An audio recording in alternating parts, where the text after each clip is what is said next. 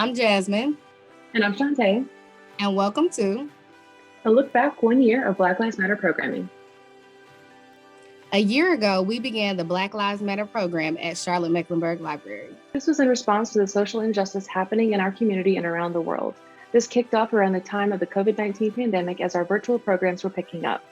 Today, we want to take a look back at the virtual programs that we hosted for the Black Lives Matter program initiative. Our Equity Impact Circle series began at the beginning of 2020.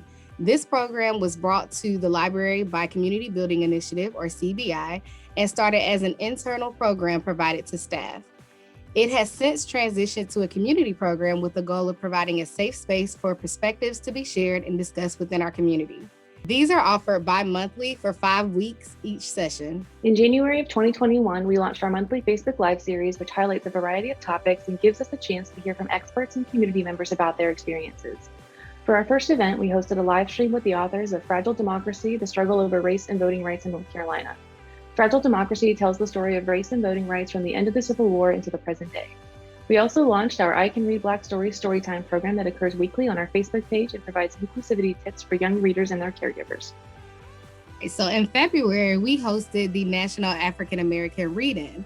We partnered with the Urban Education Collaborative at UNC Charlotte, Communities in Schools Charlotte, and Westerly Hills Elementary School.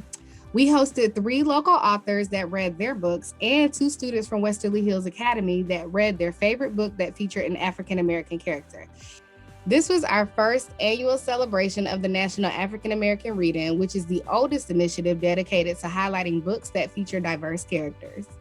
Also in February, we hosted a wonderful conversation with Derek Barnes and Gordon C. James, author and illustrator of the New York Times best-selling children's book, I Am Every Good Thing. We got to hear about the importance of the themes in the book, their personal experiences, and hear questions answered from the audience. In March, our library system hosted its annual Community Read program, in which we read a series of books together as a community and provide programs around these topics. This year, the adult book title was Just Mercy by Brian Stevenson, so we hosted a special event on Facebook Live with Emancipate NC to talk about the criminal justice system in North Carolina. Our very own outreach coordinator, Amrita Patel, hosted the amazing Hannah Hassan to celebrate National Poetry Month in April. This program was a treat and featured spoken word, conversation, and special guests. For the month of May, we focused on Black businesses. So to celebrate, we began the Be Black Entrepreneur series that featured local entrepreneurs in Charlotte.